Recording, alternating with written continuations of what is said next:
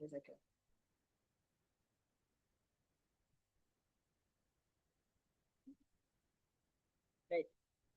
Cek, cek, cek, cek, cek, cek, cek, cek,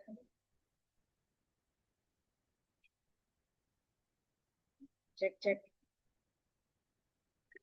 cek, cek. Baik. Bismillah. Kita mulai ya.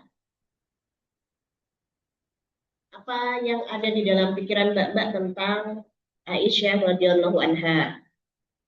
Kalau pertama kali disebutkan, misalnya Mbak-Mbak mendengar tentang istri-istri Rasulullah SAW, apakah yang pertama kali Mbak-Mbak pikirkan tentang Aisyah? Mbak Dila, apa Mbak Dila? Aisyah itu bagaimana? Istri yang paling apa? Muda. Oke, istri yang paling muda. Yang lain ada Bibar, cemburu. Oke, Kona, putri dari Abu Bakar As-Siddiq. Betul sekali. Silakan yang lain. Mbak Naura, apa yang ada dalam pikiranmu juga kita sebutkan tentang Aisyah binti Abu Bakar?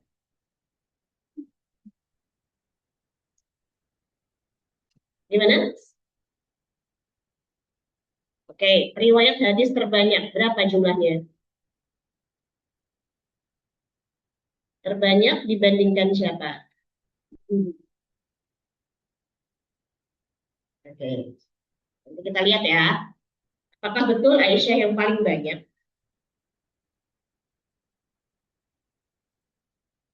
Permata ilmu di rumah kenabian. Kita akan mengkhususkan pembahasan kita hari ini, insya Allah, Bismillah Ta'ala, dengan bagaimana Aisyah menuntut ilmu, hal-hal apa saja yang mempengaruhi Aisyah bisa menjadi pembelajar yang baik, ya. Bagaimana lingkungannya, bagaimana tahap-tahapannya, di usia-usianya yang berapa, gitu ya, bagaimana cara pendidikannya. Kadang, ya, seperti yang tadi disebutkan Adiba, cemburuan. Kadang kita langsung berpikir bahwa Aisyah itu cemburuan, ya. Kadang nanti Bapak akan lihat kejadian-kejadian Aisyah cemburu itu terjadi pada usia yang masih sangat muda, ya. Dan sifat-sifat beliau yang lain itu banyak banget. Coba Bunda Eca ini Mbak menyebutkan sifat-sifat baiknya Aisyah yang Mbak masih ingat. Lafi, apa sifat baiknya Aisyah? Karena dia tumbuh dalam Islam sejak kecil, ya. Jadi sifat-sifatnya itu sangat mulia. Kalau Mbak apa namanya hanya fokus pada sifat-sifat buruknya, sifat buruk gitu ya, nanti kita akan melupakan hal-hal lain yang menjadi permata di dalam kehidupan Aisyah untuk kita, ya. Jadi kalau bisa kita geser gitu ya cara pandang kita dari yang selama ini sering disebut-sebutkan gitu ya, menjadi bagaimana Aisyah ini belajar, ya. Posisi duduk. Terima kasih. Imam Az-Zuhri radhiyallahu an berkata, seandainya ilmu Aisyah itu dikumpulkan pada ilmu semua istri Nabi Shallallahu Alaihi Wasallam dan ilmu semua wanita, itu masih lebih utama Aisyah, ya. Tapi memang kalau diurutkan secara ranking, Mbak, Aisyah ini ranking, coba tebak, kira-kira ranking keberapa mengumpulkan hadis? Lihat, Aisyah, berapa Aisyah? Ranking berapa kira-kira Aisyah dari jumlah hadis yang dikumpulkan? Banyak banget hadisnya. Berapa Aisyah? Mau nebak nggak? Baik, kita bahas satu persatu ya. Pertama, Aisyah tumbuh dalam Islam itu sejak kecil. Dengan Abu Bakar As-Siddiq yang kita tahu betul bagaimana kebersihan hati beliau sebagai ayah, Rasulullah SAW sebagai suami dan guru langsung. Ya, nanti di bukunya Syekh Munir Abdul ini nanti akan dituliskan per tahunnya ya, dan usia 6 tahun itu bagaimana pendidikan Nabi terhadap Aisyah. Lalu nanti usia 9 tahun apa yang terjadi, lalu nanti sekitar umur 11 tahun gitu ya. Dan Aisyah ini ditinggalkan Nabi wafat itu sekitar usia 17. Jadi beliau uh, berada di dalam pendidikan Nabi itu sekitar berapa tahun ya? Mungkin sekitar 11 tahun ya. Kalau Aisyah itu wafat, ada yang mengatakan usianya 65 tahun, cukup panjang usia Aisyah. Baik. Dengan Abu Bakar As-Siddiq sebagai ayahnya dan Rasulullah SAW sebagai suami dan gurunya, Bapak bisa bayangkan. Abu Bakar, apa kelebihan Abu Bakar dalam sisi ilmu, Mbak? Apa yang jadi ciri khasnya Abu Bakar? Ilmu apa yang paling dikuasai oleh Abu Bakar As-Siddiq? Apa mana? Nasab, pintar banget kawan. Berarti mencatat. Ilmu nasab. Aisyah juga demikian. Aisyah itu sangat memiliki apa ya, pengetahuan yang sangat dalam terhadap ilmu nasab. Lanjutkan. Ini membuat Aisyah uh,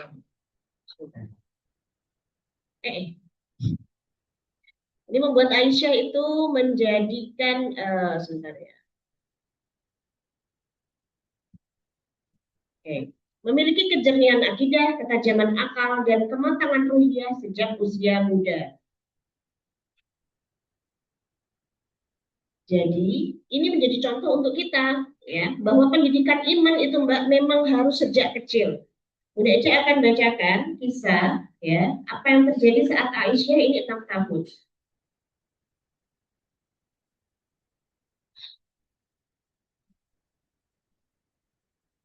Ya, jadi yang terjadi saat itu ya adalah wafatnya Khadijah ya.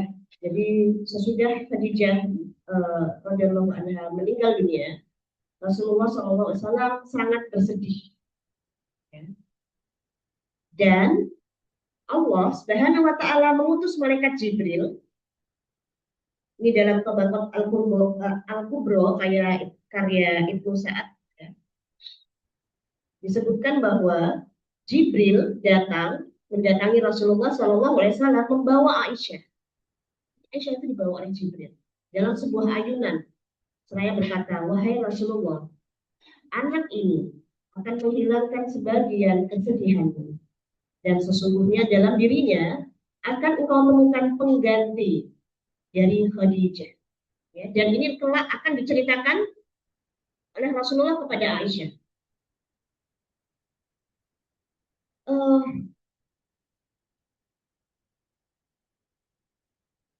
Jadi betapa beruntungnya ya Aisyah ini memiliki ayah yang sangat peduli terhadap keimanannya dan memiliki suami yang juga sangat perhatian. Mbak akan simak ya di sini ya.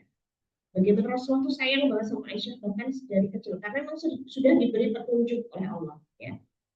Rasulullah SAW telah berkata padaku, kata Aisyah, aku telah melihatmu dalam tidur 2 kali.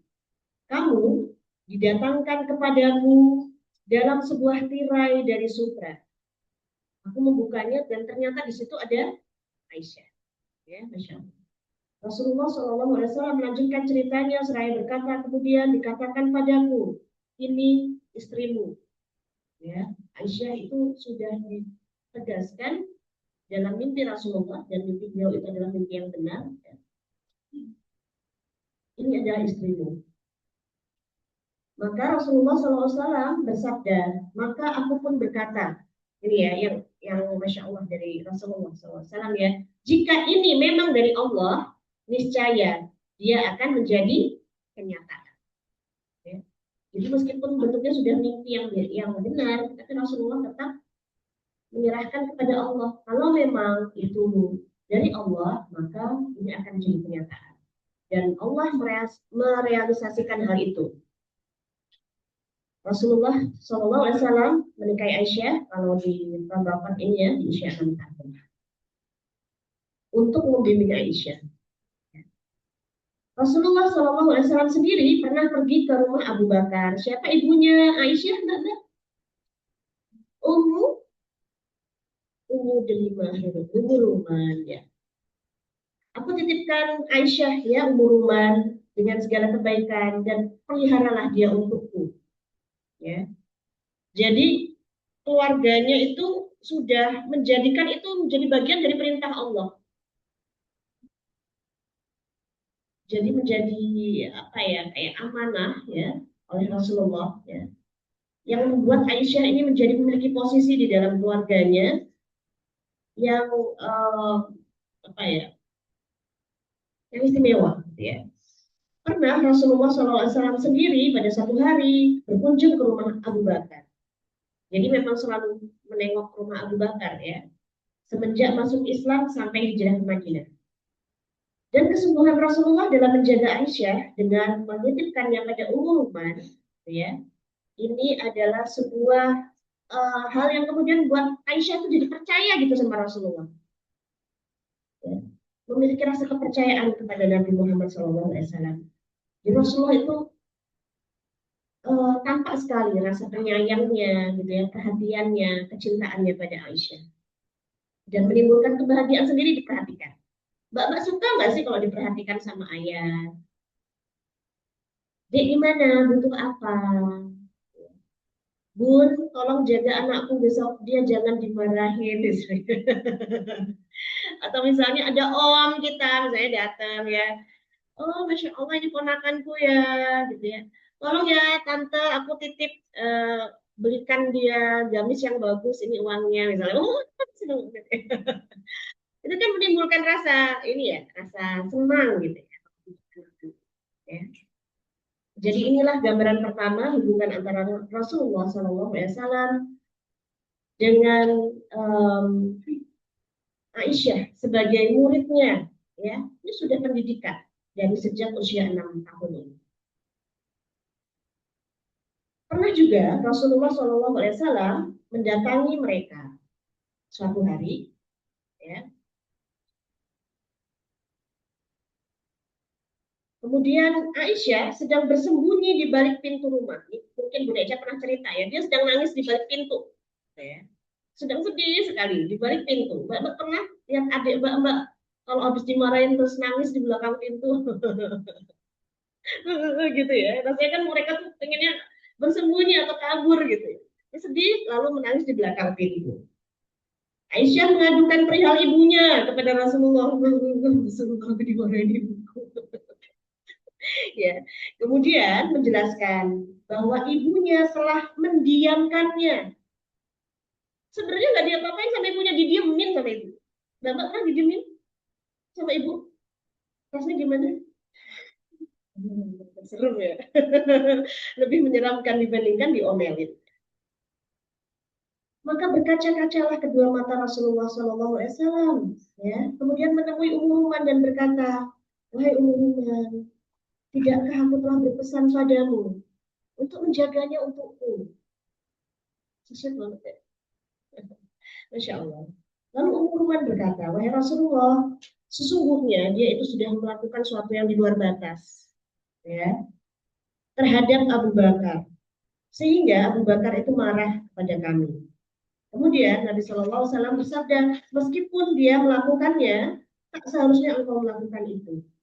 Lalu Ummu Ruman menjawab, tidak mengapa. Sebenarnya aku hanya bermaksud untuk membuat dia jera. Dan ini sekali aja. Dan itu aja caranya didiamkan. Ya, ini masih dari Qabalat Al-Kubro ya, juz 8 halaman 70. Aisyah dilahirkan di permulaan tahun keempat kenabian. Berarti ya, nanti dinikahinya 10 kenabian ya di bulan Syawal. Kita lihat nanti ya, kita lihat tadi ya, bagaimana keharmonisan rumah tangga Abu Bakar. Jadi Abu Bakar itu yang memberi nasihat anaknya, ya. Ibunya juga memberi nasihat anaknya. Bukannya tuh setelah kemudian dititipi Rasulullah, kemudian anak ini dimanja, gitu. Sama sekali nggak mendapatkan pendidikan, ya. Jadi ada bimbingan Rasulullah dan bagaimana keluarga itu juga mendidik anak-anaknya. Jadi di sini menjadi generasi muslimah yang ilmiah gitu ya, itu penting. Bukan cuma emosional aja, rohaninya juga kuat. Ya. Maksudnya emosional itu gimana Mbak? Mbak sendiri ngerasa nggak? Kalau misalnya nih, hmm, di antara kakak-kakak atau adik-adik Mbak yang laki-laki, perasaan Mbak itu lebih halus gitu dibandingkan yang laki-laki, ya Bang? Mungkin oh enggak. Mungkin kakak kita yang laki-laki dimarahin mereka oke-oke aja. Tapi kalau kita yang dimarahin, wah sedih banget.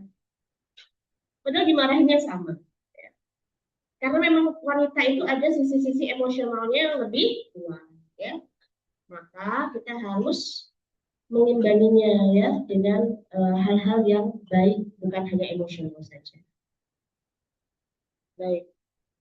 Selanjutnya, ini bagian selanjutnya. Ketika Aisyah sudah bersama Rasulullah SAW sebagai istri beliau, sebagai murid beliau, dan sebagai penjaga sunnah beliau Shallallahu Alaihi Wasallam. Ya, ya, ya. Jadi ketika Rasulullah menikah, ya Mbak ya, itu bukan seperti tuduhan para orientalis. Nanti Mbak akan lihat, gitu, bagaimana para orientalis itu sukanya menuduh Rasulullah itu sukanya menikah, gitu ya. Padahal mereka nggak lihat di zaman yang setara, gitu ya. Atau sebelum itu, apa yang terjadi pada para wanita? Ya. Mereka tuh biasanya ya nggak dinikahi, ya, dijadikan budak, di apa ya, dilecehkan dengan sangat semena-mena. Ini Rasulullah menikahi, ya, menikahi dengan memberikan kebaikan-kebaikan kepada istri-istri beliau. Jadi ketika Aisyah radhiyallahu anha menikah dengan Muhammad sallallahu alaihi wasallam, pernikahan ini bukan sekedar ikatan rumah tangga. Karena tadi sudah disampaikan di awal, Aisyah itu datang melalui mimpi Rasulullah, ya, sebagai bagian dari wahyu dan hikmah dari Allah Subhanahu wa taala. Aisyah hidup bersama Nabi Shallallahu Alaihi Wasallam selama sekitar 9 tahun. Ya. Di sini diceritakan masih dari At-Tabaqat Al-Kubro karya Ibnu Sa'ad.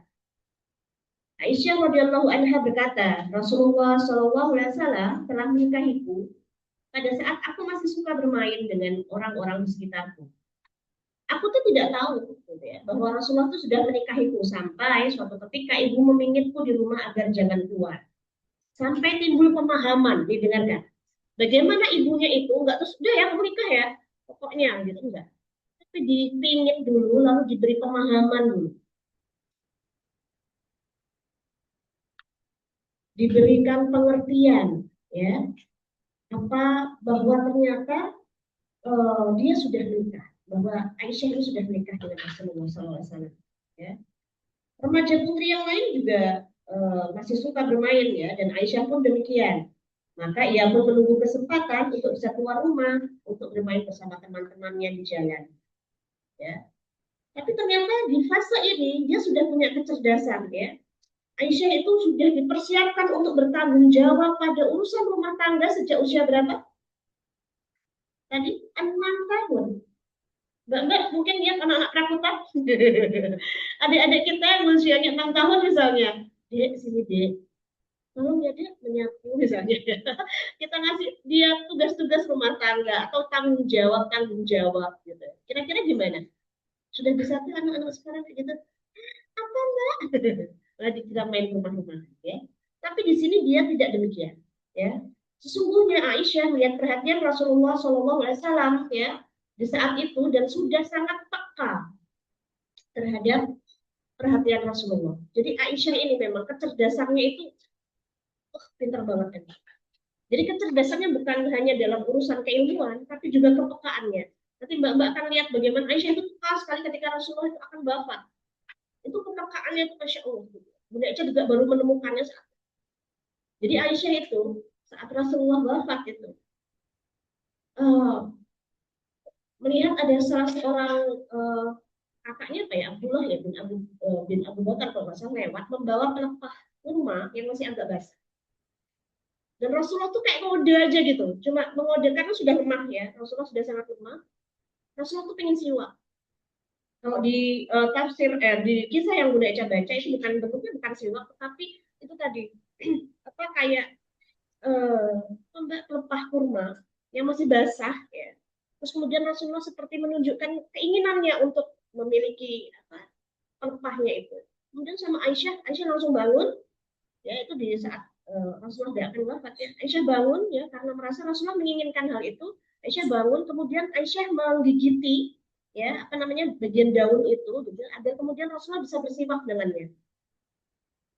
Itu sebabnya makanya Aisyah mengatakan dan kemudian di apa kayak di bersihin gitu ya setelah ditatakan. Jadi kan kalau orang zaman dulu tuh sikapnya bukan kayak mbak-mbak sekarang ya udah jeprak sendiri gitu ya. Zaman dulu tuh kalau siwak tuh kan harus digigiti gitu ya. Batang batang pohon kurma ini pun yang ininya ya kayak bagian-bagian daunnya itu kayak digigiti gitu oleh Aisyah. Kemudian diberikan pada Rasulullah dan Rasulullah bersiwak dengannya sampai bersih. Kemudian Rasulullah tangannya terjatuh. Ada yang mengatakan tangan beliau yang terjatuh atau ada yang mengatakan yang digunakan untuk siwak itu yang terjatuh. Dan Rasulullah wafat itu di antara paru-paru dan leher Aisyah. Itu sebabnya Aisyah mengatakan bahwa Rasulullah SAW itu kami itu bertemu antara apa namanya aku sudah kan ada yang pernah baca ya Mbak antara air liurku dan air liur Nabi karena emang dia yang gigitin sikapnya Nabi ya kan Nabi sudah nggak kuat ya gigitin sendiri sifat siwaknya ya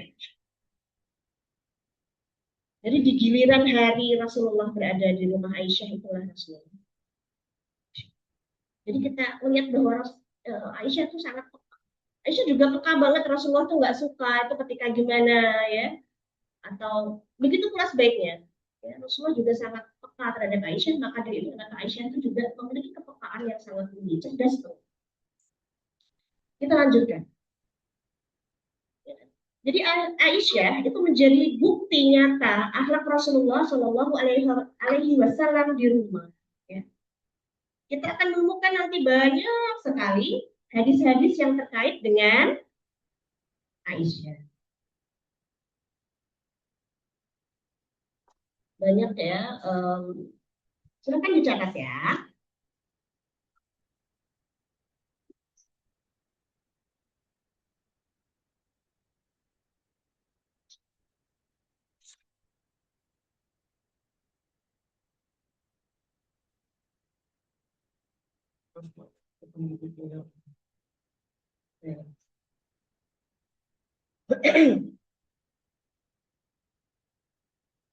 Baik, tahapan selanjutnya di usia 9 tahun ya, Aisyah itu menjadi saksi apa Mbak? Coba dihitung. Kalau lahirnya 4 tahun kenabian, usia 6 apa tadi?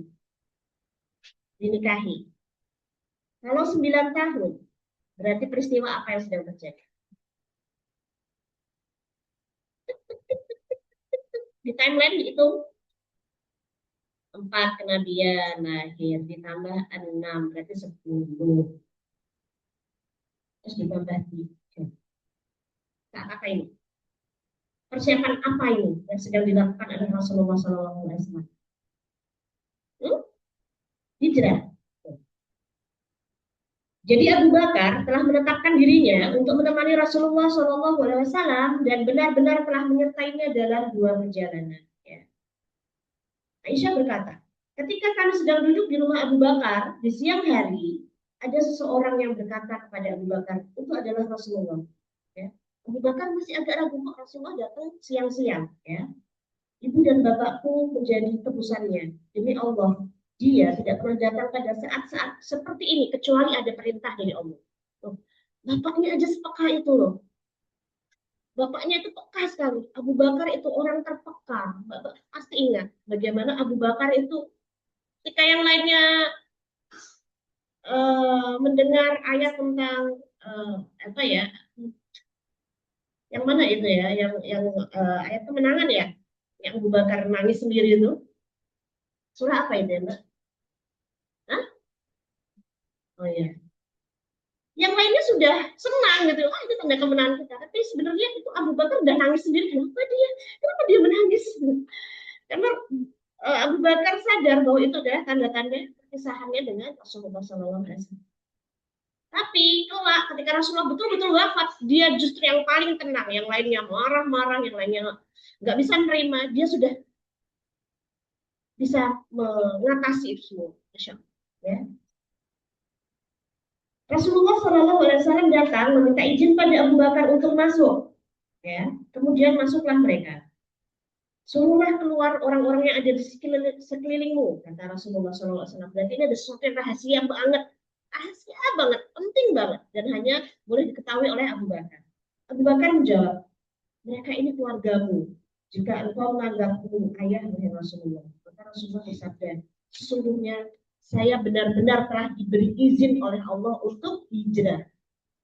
Ya, Abu Bakar berkata, wahai Rasulullah, apakah Anda perlu tebusan? Beliau menjawab, ya. Jadi yang membuat para penulis itu kagum terhadap Aisyah ya radhiyallahu anha adalah di situ ada Aisyah. Mbak, kalau ada yang di sini umurnya masih 9 tahun, Nindi berapa? 11, berarti 2 tahun.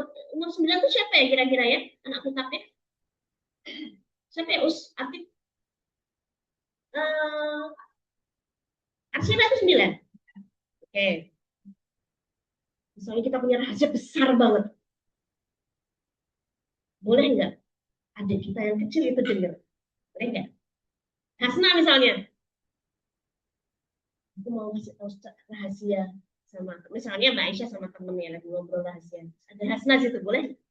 Takutnya apa? Takut apa? Takut bocor. Masih tahu ke ibu. Iya. Jadi di sini Rasulullah SAW mempercayai Aisyah ya, dan Asma. Ya. Karena Aisyah tidak mungkin menceritakan rahasia ini kepada orang lain. Ya. Masya Allah. Jadi masih 9 tahun sudah diberi kepercayaan sedemikian besar. Dan Aisyah sudah membuktikan bahwa ia orang yang patut mendapat kepercayaan. Lidahnya tidak pernah terpeleset sedikit pun untuk menceritakan hal-hal yang penting ini. Ya. Informasi tentang kepindahan Rasulullah itu kemana, ya? Apakah Rasulullah jalannya ke utara atau ke selatan? Itu tidak pernah ada yang bocor dari Aisyah. Ya. Rapat sekali. Bahkan eh, tidak apa namanya ya, sama sekali tidak ada sedikit pun yang disampaikan kepada siapa.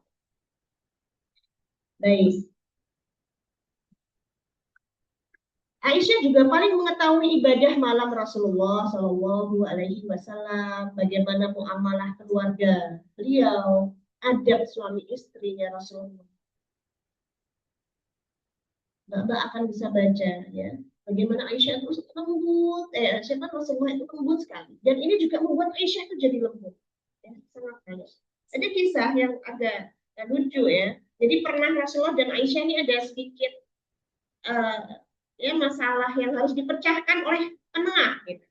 Bapak pernah bercekcok sama teman gitu ya. Terus ya udah aku mau baikan tapi harus ada perantaranya. Siapakah perantara yang akan Mbak pilih? Misalnya antara Mbak Jaisha dan Adiba lagi bertengkar. Siapa yang dipilih untuk jadi penengah? Ada nggak? Ya, Umi. Kenapa Umi? Kenapa? Kenapa? Kok Umi yang dipilih jadi penengah?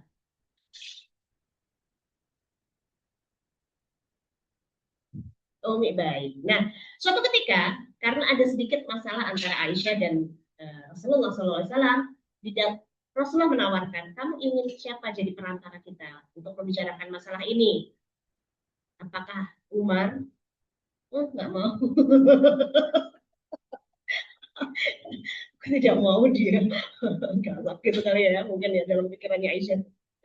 Oh, siapa Abu Bakar? Ya, ketika sedang menyampaikan permasalahan ya Rasulullah menyampaikan itu, Aisyah itu mengatakan, hendaklah kamu bertakwa kepada Allah. Maksudnya Aisyah itu menyampaikan kepada Rasulullah untuk ingat Allah ketika menyampaikan hal itu. Bapaknya tuh marah sampai cetak gitu, sampai kena hidungnya. Aisyah tuh terkena hidungnya gitu ya. Karena Aisyah ada masih emosi gitu ya, emosi, kemudian ayahnya tuh kayak apa, bukan memukul tapi kayak nggak sengaja terkena hidungnya gitu ya, terkena hidung Aisyah. Aisyah tuh langsung pergi gitu, sembunyi ke belakang dari Rasulullah. Jadi bapaknya sudah selembut itu sebenarnya, tapi Rasulullah itu ternyata lebih lembut lagi. Dan kemudian Rasulullah mengatakan, Abu Bakar, ya kalau mati sesudah ini, janjilah padaku, jangan kayak gitu, karena bukan ini yang kami harapkan dengan mengundangmu. Samplo ya.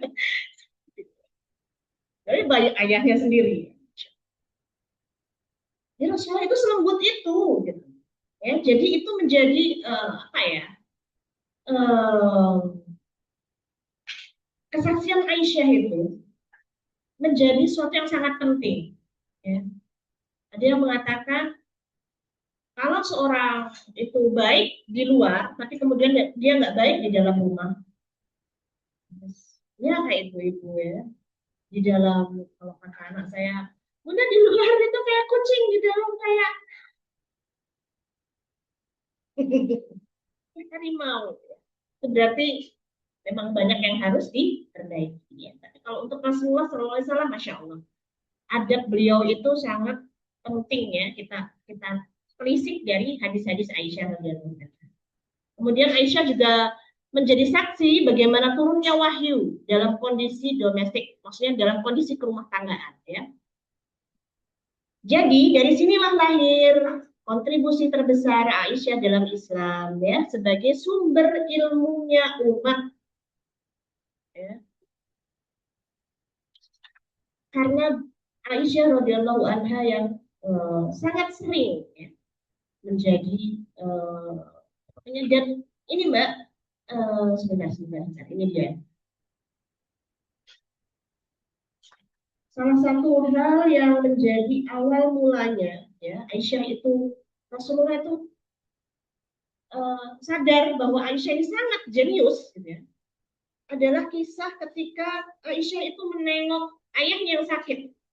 Ketika baru aja sampai Madinah, ya, baru aja sampai Madinah, berarti kan Aisyah masih 9 tahun itu tadi ya. Baru aja sampai Madinah, Abu Bakar radhiyallahu anhu dan siapa yang sakit? Bilal ya. Bilal itu sakit demam ya, demam yang tinggi di Yathrib karena situasi yang berbeda ya, dari Mekah ke Yathrib itu kan sangat berbeda. Mereka terkena demam ya. Belajar lupa ya itu ada di buku yang mana. Jadi ketika terkena demam itu, ketika sadar, gimana ya catatannya? Jadi Aisyah itu bisa uh, menyampaikan secara sangat rinci apa saja yang dikatakan oleh ayahnya, apa yang dikatakan oleh Bilal. Padahal itu adalah syair yang menurut Bunda itu sulit gitu ya untuk dihafalkan. Kayak syair, kayak kalau orang orang Arab itu kan suka ya, padahal itu sakit ya, kondisi sakit, baru aja mau apa merasa sangat nggak enak badan, tapi yang keluar itu syair-syair yang bagus gitu, bukannya menjelekan Allah, tapi ada kata-kata gitu ya, udah aja lupa ya ada di buku yang mana. Tapi disitulah, sejak itulah gitu ya, Rasulullah SAW itu sadar bahwa Aisyah itu pinter banget, itu detail sekali ceritanya ya. Setelah Aisyah menceritakan itu pada Rasulullah, maka kemudian Rasulullah mendoakan supaya Yathrib itu menjadi suatu yang, menjadi kota yang mencintai dan dicintai oleh Allah. Ya, baik. Aisyah meriwayatkan lebih dari 2.000 hadis.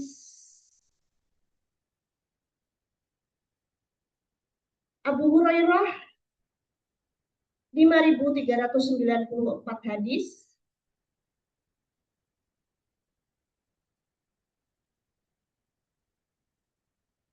kemudian Abdullah bin Umar bin Khattab 2.638 hadis,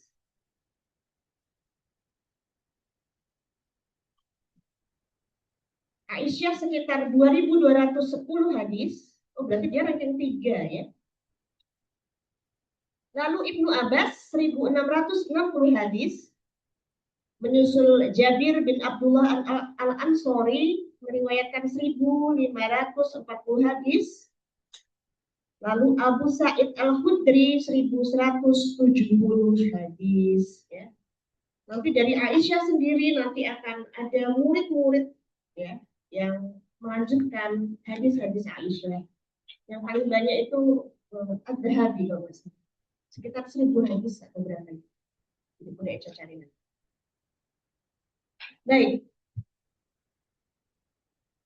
Aisyah menjadi rujukan utama para sahabat besar. Tapi sebelum ke sana, Bunda Eca ingin membahas satu hal. Bagaimana kedudukan Aisyah di bidang keilmuan? Ya, bagaimana antusiasmenya di dalam menuntut ilmu? Mbak, tolong ini diingat-ingat. Ya, dari hadis riwayat Bukhari, Abu Malikah berkata, Aisyah tidak pernah mendengar sesuatu yang belum dipahaminya, kecuali dia nanya. Jadi kalau di kelas, ada yang nggak mudah, tandain bukunya. Kalau ada yang dikatakan Bunda Eca tadi ngomong apa? Misalnya kontribusi, itu kontribusi tadi ya. Misalnya ya, kita belum paham apa itu kontribusi misalnya. Itu boleh kita tanyakan karena Aisyah demikian. Ya, Aisyah tidak pernah ya mendengar sesuatu yang belum dipahaminya kecuali dia mengulanginya atau menanyakannya kembali sampai paham betul. Jadi kalau Mbak nanya, suka nanya, jangan sungkan. Ya, itu nggak apa-apa. Itu sifat Aisyah banget. Ya. Nabi Shallallahu Alaihi Wasallam pernah bersabda, barang siapa yang dihisap maka dia akan diazab. Aisyah bertanya, bukankah Allah Subhanahu Wa Taala berfirman, ia akan dihisap diperhitungkan dengan perhitungan yang mudah? Ya.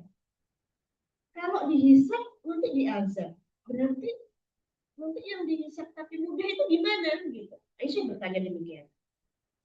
Nabi menjawab itu adalah kemudahan ketika diajukan ke timbangan perhitungan. Tapi kalau sampai didetilin banget, ya sampai timbangannya itu diteliti sampai berkelit-kelit, dialah yang binasa. Ini dari hadis riwayat Bukhari.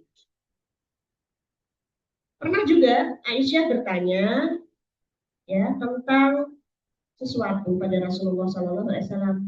Apakah engkau pernah mengalami suatu hari yang lebih berat daripada hari perang Uhud? Jadi banyak banget kisah-kisah yang kita dapatkan itu dari pertanyaannya Aisyah. Banyak sekali hal-hal yang bisa kita pelajari itu dari hadis-hadis Aisyah.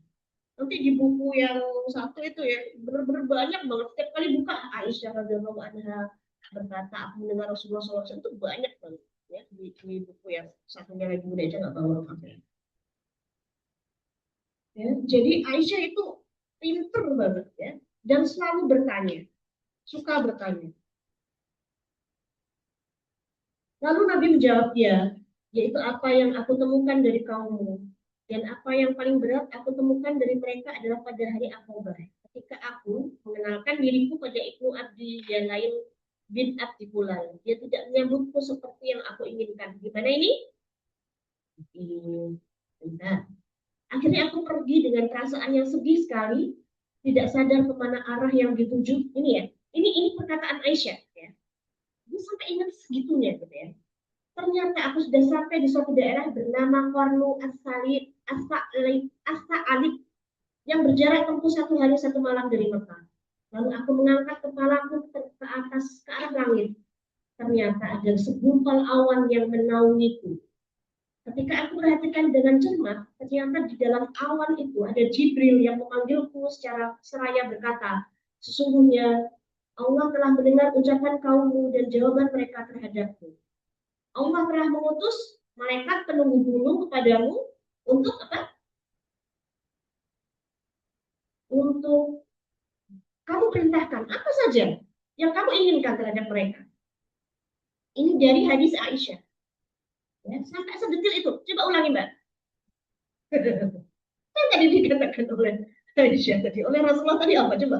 Ada yang masih hafal kata per kata? Insya Allah, terbanget.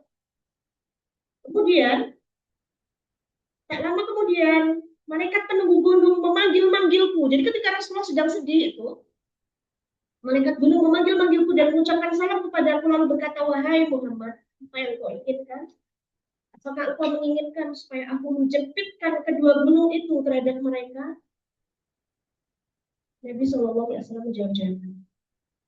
Aku berharap mudah-mudahan Allah berkenan melahirkan dari tulang rusuk mereka orang yang mau menyembah Allah dan tidak mempersekutukannya dengan sesuatu pun. Mbak bayangkan menjadi saksi dari perkataan kayak gini gitu.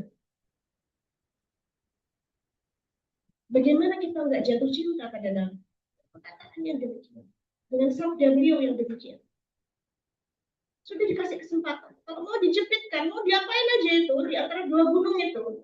Kita ada di antara dua, itu bukan ada di dalam gunung tadi.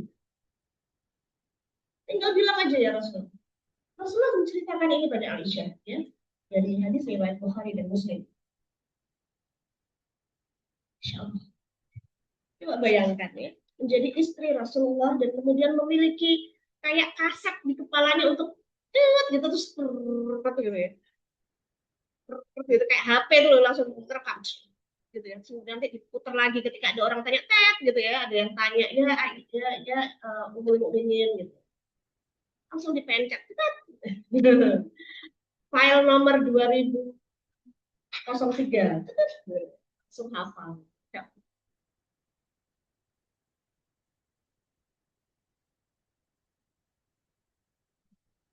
Ya.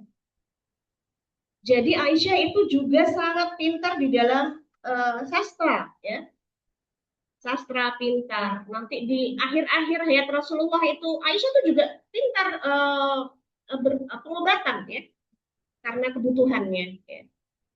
Baik, jadi Aisyah pintar menjadi ahli fikih sama, ya, dari para wanita, ya, paling awal ya, fikih paling awal dikuasai oleh Aisyah, fikih ibadah, fikih wanita dan keluarga, ya, tentang tafsir, tentang adab, ya. Nih contohnya ya tentang tafsir ini loh, yang ketika Aisyah berkata, aku mendengar Rasulullah bersabda, pada hari kiamat manusia dikumpulkan dalam keadaan tidak beralas kaki, telanjang dan berlumpur hitam. Terus Aisyah kan kaget, kan nanti antara laki-laki dan perempuan yang kelihatan gimana dong, kan malu gitu ya, kan langsung malu gitu dalam kepalanya tuh langsung yang dibayangkan Aisyah tuh malu, rasa malu gitu ya. Kita saling melihat gitu ya. Ya Aisyah, keadaan saat itu lebih penting. Gak kan ada orang yang kemudian sober gitu ya. Antara satu dan lainnya tuh memperhatikan yang lain itu ada. Jadi itu kan jadi bagian dari tafsir ya. Masya Allah. Banyak sekali ya hal-hal yang kemudian membantu kita ya yang berasal dari tafsir Aisyah radhiyallahu anha. Panjang sekali ya kalau misalnya ini mau dibikin kayaknya nggak cukup satu seri ya Ustazah ya. Masya Allah. Dan kelak itu banyak fatwa sahabat yang dikoreksi oleh Aisyah karena ketelitiannya, teliti banget. Ya. Jadi kalau mbak-mbak itu mungkin bayangannya ini ya, Aisyah tuh kayak editor gitu ya. Masya Allah gitu ya, ketika ada sahabat yang kemudian salah gitu ya, itu langsung dikoreksi oleh Aisyah karena sangat teliti, ya. Sangat cerdas dan sangat teliti. Menurut Abu Umar bin Abdul Bar, ia berkata, Aisyah adalah satu-satunya di zaman itu yang menguasai tiga keilmuan sekaligus, fikih, kedokteran, dan sastra. Biasanya kalau orang sudah pintar sastra ya udah sastra aja gitu ya, bukan jadi dokter ya. Atau kalau udah jadi dokter ya udah dokter aja gitu ya, tidak kemudian menguasai ilmu fikih. Tapi ternyata ini dikuasai oleh Aisyah. Itu sebabnya Mbak akan menemukan sebenarnya di zaman kini, di zaman sesudah Nabi itu banyak polimer, ya, banyak orang-orang yang kemudian ilmunya tuh banyak, gitu. Nggak cuma menguasai satu hal. Itu sebabnya kita nggak usah misahin, oh bun aku cuma mau belajar tafsir aja, nggak mau belajar matematika. Kayak gitu. Karena di zaman Nabi, Aisyah pun sudah menunjukkan dia sastranya oke, fikihnya oke, nanti kedokteran juga pintar. Padahal ilmu kedokteran itu kan apa? Banyak anatomi ya, anatomi tubuh, bagaimana itu obat-obatan, berarti ada kimia-kimianya juga. Ya, Insya Allah. Ya, jadi sangat cerdas. Wahai ibunda, kata Urwah, aku tidak takjub dengan kepandaianmu dalam bidang fikih, sebab Anda adalah istri Rasulullah SAW dan putri Abu Bakar.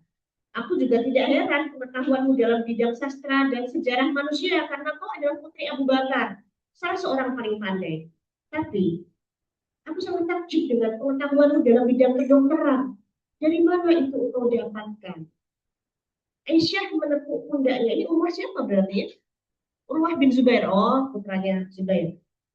Aisyah lalu menepuk pundaknya dan berkata, wahai Urwah, sesungguhnya Rasulullah SAW dulu pada akhir hidupnya menderita suatu penyakit. Didatangkanlah beberapa utusan dari berbagai penjuru Arab untuk mendiagnosa penyakit beliau dan mengobati beliau. Dari situ tuh Aisyah langsung nyerah, gitu. Langsung belajar. Di saat itu juga ada orang, ya ini gini didengarkan dan langsung ngerti. Masya Allah. Menurut perhitungan, orang-orang yang menghafal fatwa para sahabat lebih dari 130 orang laki-laki maupun 30. Sahabat yang paling banyak hafalannya 7 orang. Ya, Umar bin Khattab, Ali bin Abi Thalib, Abdullah bin Mas'ud, Ummul Mukminin Aisyah, Zaid bin Sabit, dan Abdullah bin Abbas, serta Abdullah bin Umar. Dan Aisyah bukan sekedar periwayat, tapi fakihah, mu'alimah, fakihah, Masya Allah. Fakihah, mu'alimah, dan mujtahidah di zamannya. Jadi Aisyah punya teman mujtahidah. Baik, ini ada selanjutnya ujian besar ya. Hadisul ifki. Apa itu hadisul ifki, Mbak Dila? Apa hadisul ifki, Mbak Dila? Masih ingat nggak?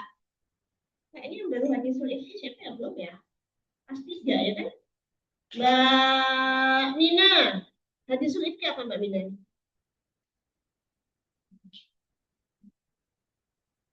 Apa Mbak Hani yang terjadi saat hadisul ifki? Hmm? Fitnah. Oke. Fitnah dan ada kemudian ada pembelaan langit. Ini ya, bahayanya lisan dan gosip. Nanti di sini ada sesuatu yang menarik. Siapa aja yang gosipin Aisyah? Ada yang ingat? Nadir, siapa yang gosipin Aisyah Nadir? Siapa? Kalau dari munafikin siapa? Fatimah. Abdullah bin Ubay. Tapi dari kalangan sahabat siapa? Tuh, siapa sahabat yang ikut juga gosipin? Hilaf. Padahal biasanya dia adalah penyairnya Rasulullah SAW. Siapa? Hasan bin Sabit. Hilaf dia. Di sini ada kisahnya. Di mana ya? Bunda Eca lupa di buku yang mana. Tetapi Aisyah ini uh, berbaikan dengan Hasan bin Sabit dan mencairkan suasana. Jadi ketika itu ada seorang sahabat datang ya masuk ke rumah Aisyah radhiyallahu anha, menemui di situ ada Hasan bin Sabit. Kemudian saat itu Hasan memuji-muji Aisyah dengan syair-syairnya. Kalau nggak salah itu bunyinya uh, apa ya? Pokoknya terkait dengan wanita yang tidak akan terguncang oleh fitnah di dalam ketenangan, gitu ya. Dan dia bukanlah wanita yang lapar akan daging wanita-wanita yang lalai. Apa itu maksudnya? Lapar pada daging manusia. Gosip. Gosip itu umpamaannya apa? Hafidah. Kenapa kok disamakan antara gosip dengan memakan daging manusia? Kenapa? Mbak Aisyah. Kenapa Mbak Aisyah? Kok disamakan kayak gitu? Aisyah Sakira. Kenapa kok orang gosip membicarakan orang itu disebut memakan daging manusia? seseorang itu, ya. Jadi ketika Hasan bin Sabit mengatakan dan dia adalah seorang wanita yang kelaparan karena tidak memakan kelaparan di pagi hari karena tidak memakan daging-daging wanita yang lalai. Lalu Aisyah menjawab, tapi kamu tidak demikian. Ini bagus ya. Jedet gitu ya, langsung dibalas gitu. Ketika Aisyah itu tidak memakan daging, berarti dia tidak gosip. Aisyah langsung jawab, iya tapi kamu nggak gitu. Karena Hasan bin Sabit pernah gosipin Aisyah, ya kan? Kemudian sahabat yang masih gini, lagian kamu ngapain sih? Kok malah nemuin Hasan bin Sabit gitu kan ya? Kemudian Aisyah mengatakan, Hasan bin Sabit ini dulu tuh belain Rasulullah loh, pakai syair-syairnya, ya. Saat peperangan menyalakan semangat dan kemudian menentang orang-orang yang menentang Rasulullah gitu ya, melakukan perlawanan dengan syair-syairnya. Jadi Aisyah tuh pemaaf banget. Padahal sedahsyat itu ya gosip yang ia terima. Baik. Keempat, setelah wafat Nabi Shallallahu Alaihi Wasallam, maka Aisyah menjadi guru besar umat Islam. Kurang 7 menit lagi ya. Jadi beliau radhiyallahu anha menjadi pusat ilmu di Madinah. Ketika ada sesuatu yang ingin ditanyakan, ya para sahabat itu biasanya menuju ke rumah Aisyah radhiyallahu anha karena sedemikian banyak ilmunya. Ya.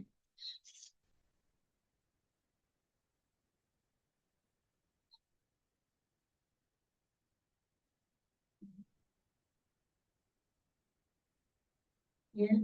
Jadi salah satu hal yang membuat Aisyah itu berilmu adalah lisannya yang banyak bertanya. Bapak mesti sering dengar Ustadz Fazil Azim membahas ini, ya. Hati yang hidup, ya, dan lisan yang bertanya itu adalah kunci dari kepandaian kita, ilmu kita. Bukannya terus nanti sembarangan terus jadinya nanya, gue nanya apa? Saya padahal nggak pengen kok misalnya. Orang bisa bertanya itu Mbak, biasanya karena apa? Batik. Orang bisa tanya karena apa Batik?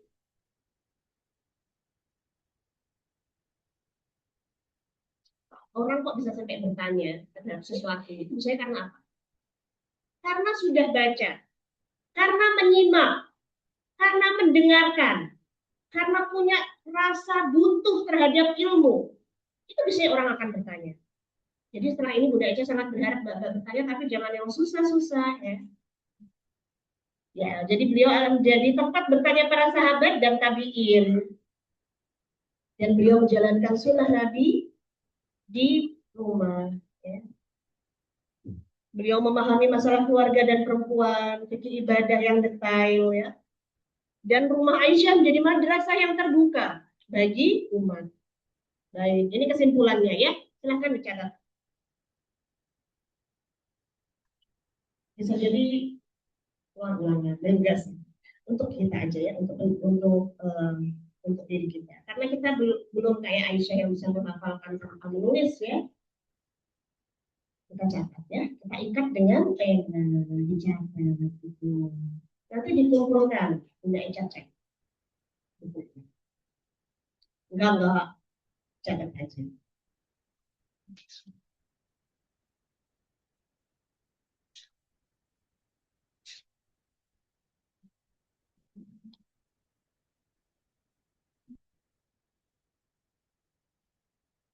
Baik,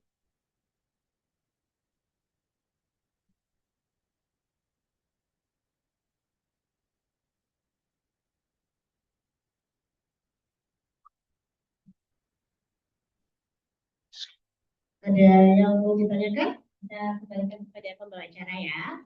Udah jawab tutup sementara dan mencatat dan oh iya, ya sudah.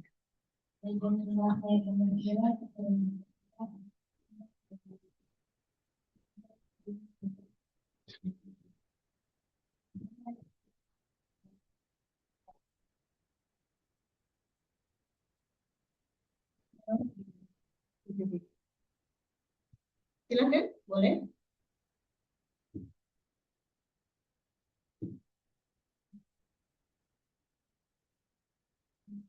Apa? Yang terbanyak? Oh, Sebentar. Yang terbanyak Abu Hurairah 5.394 hadis. Insya Allah ya. Ngapalin hadis 5.394. Enggak aja kemarin berikut yang 10 aja udah hafal. Masya Allah gitu. Sebarokah itu ya ilmunya ya. Akalnya digunakan dengan semaksimal mungkin. Ya, kita yang jelas yang jelas. Apa? Warok. Warok itu menjaga diri, hati-hati ya. Sangat berhati-hati. Zuhud itu apa? Adiba. Apa Adiba? Zuhud. Tidak meletakkan dunia di hatinya ya.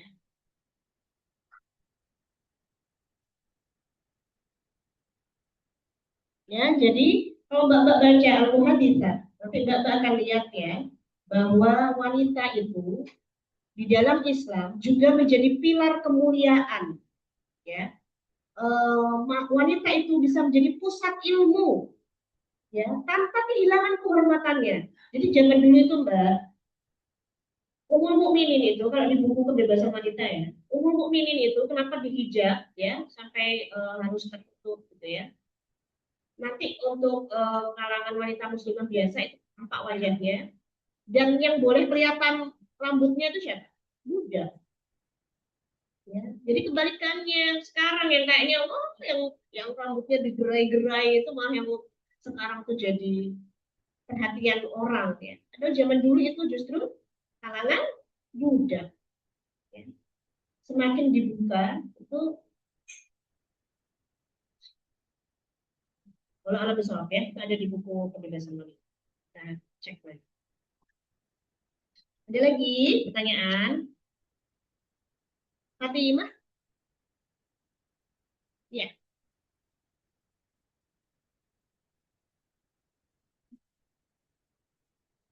Kenapa pemimpin Madinah? Oh, jadi khalifah karena memang tugas laki-laki ya. Iya, karena tugas laki-laki itu cukup jelas ya. Kalau, apa namanya kekhalifahan itu di ini menjadi tugas laki. Kalau alam besar ya, nanti kita bisa pelajari lebih jauh kebijakannya ini gimana. Wah itu nanti nggak ini doang nggak kesetaraan gender bunda. Berarti Islam tidak menyetarakan wanita. Itu semua ada dasar-dasar pemikirannya.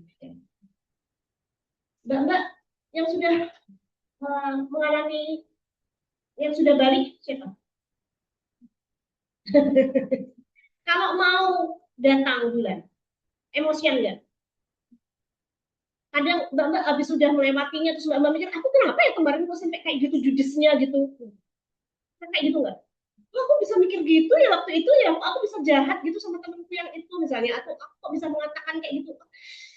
Hmm, setelah diteliti-teliti ternyata itu adalah pengaruh hormonal. Jadi emang beda banget antara wanita dan laki itu ada di situ ya. Ada masa-masa tertentu. Allah sudah memberikan kita kenikmatan kok ya dengan dan jadi khalifah itu kan berat ya mbak ya. Justru kita itu dijaga dari hal-hal yang demikian. Tapi di dalam fungsi-fungsi lain itu Islam nggak melarang. Ada sahabat yang ngangkat kurma ya dari perkebunan sampai sejauh sekian mil, ada sampai 9 mil katanya itu mau bawa kurma di atas kepalanya gini ya. Hasil panennya beberapa hasil panen itu ketemu juga sama pihak-pihak lain, belajar bersama itu ada ya. Banyak apa namanya, jadi umat wanita, kalangan wanita itu juga nggak dilarang untuk kemudian menuntut ilmu ya, nggak ada pemisahan kalau untuk ilmu. Ada lagi yang mau ditanyakan? Nindi ya, Nindi apa Nin, apa Pilar, pilar itu kayak tonggak-tonggak untuk menyangga bangunan. Kalau di masjid pernah lihat sesuatu yang kayak bulat-bulat di tengah masjid itu yang tinggi? Nah, itu pilar. Kayak tiang, tiang tapi yang besar. Pilar itu tiang yang sangat besar, ya. Kalau alam Islam. Jadi pilar kemuliaan wanita dalam Islam itu apa? Menjadi tonggak ya, atau tiang yang sangat kuat.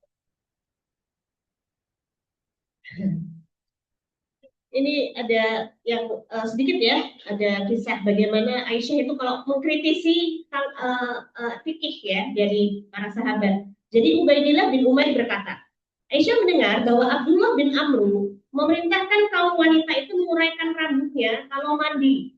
Karena zaman dulu kan rambutnya panjang-panjang. Maka Aisyah berkata, aneh sekali amru ini. Ini karena Aisyah ini wanita dan mengetahui betul gitu ya. Dia menyuruh kaum wanita supaya menguraikan rambutnya ketika mandi. Kenapa tidak menyuruh mencukur rambut mereka saja sekalian?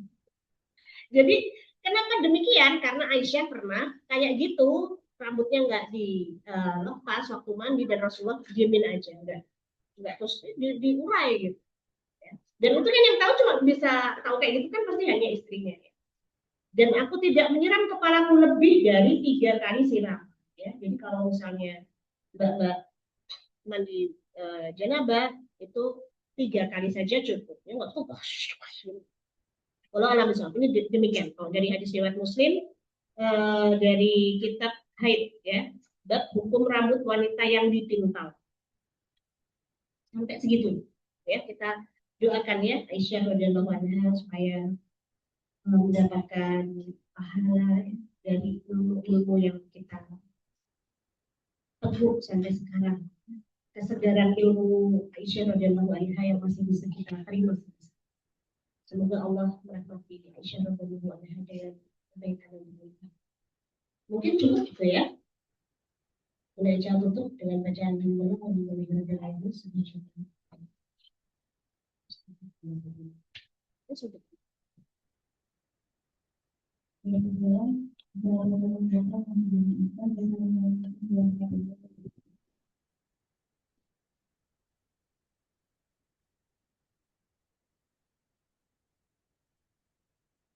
Gak ada yang tanya kan ya di ini ya? Oh, ada yang tanya kan apa nih? Oh,